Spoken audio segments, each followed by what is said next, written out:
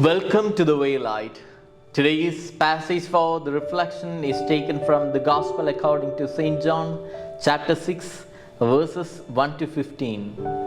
In today's Gospel passage, we see that Jesus multiplies 5 loaves and 2 fishes for 5,000 persons. In today's Gospel passage, there are so many characters. The child who provided 5 loaves and 2 of the disciples, Philip and Andrews, with their names given in the gospel passage, and Jesus and so many people, multitudes.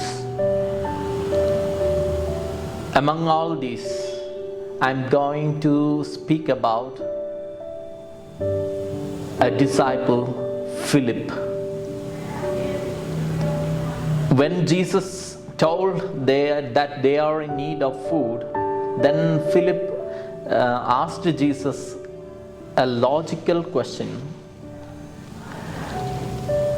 He said, "From where will we get the bread for these multitude?" So many people gathered over there in order to hear the words of Jesus. So he was asking Jesus, from where will we get? Whenever we are among certain problems, certain difficult situation in which we see that there is no solution for that particular problem, then automatically we will arise certain questions to others. In a way, saying that it is impossible. That kind of question is that raised by Philip. That's why he says, from where will we get food for this multitude? We are in mountain and nowhere else can be seen the shops, and we will not get anything for these multitudes. And he is bringing about some sort of calculation with the monies too. Even 2,000 denarii is not enough to provide the food for the people. So everything is calculated. And he is bringing about certain logics. And he is, we can say, a realistic man. Everything is seen in perception and also by logic, certain understanding, certain calculation, everything is gone through that particular aspect. And Jesus breaks his doubt. When we see the character of Philip, we can see again at the time of Last Supper, Philip asked Jesus, "Can you please show us the Father?" Then what Jesus says? "Those who see me sees the Father who is in heaven." Those who see me sees my Father who is in heaven. That was an answer for Philip. So in this particular aspect also, he raised a question with regard to perception and in a realistic manner.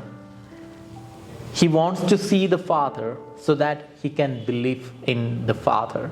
So it can be seen in that understanding.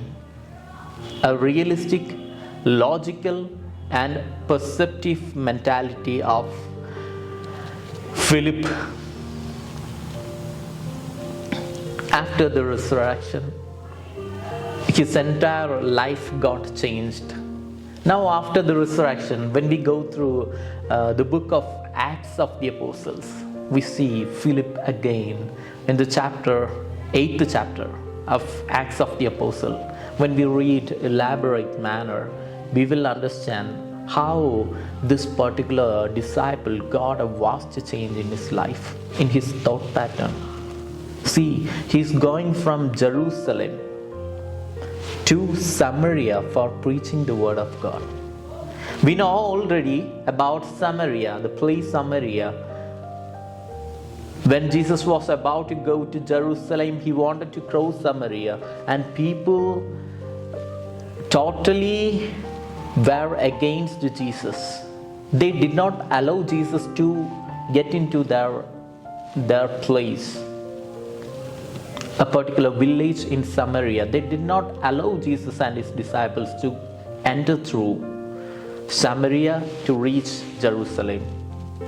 They did not allow. And some disciples got frightened, and that can be seen because this multitude of people, when they come together protecting, or when they come together in order to resist somebody, when they come together in order to block somebody, so nothing will work. And what had Jesus said? Jesus did not reply anything. He went through another way. He was so cool. The disciples might have frightened by seeing the people and their mentality, a rude mentality. But see, after a long period of time, again, Philip is going to Samaria for preaching the word of God. He was going to preach the word of God about the messenger, that is Jesus himself. Jesus was blocked from Samaria to enter into Samaria. Now Philip, the disciple of Jesus, Philip is going to preach Jesus to Samaria. Now that is the aspect. He had forgotten the fear aspect. He had forgotten everything.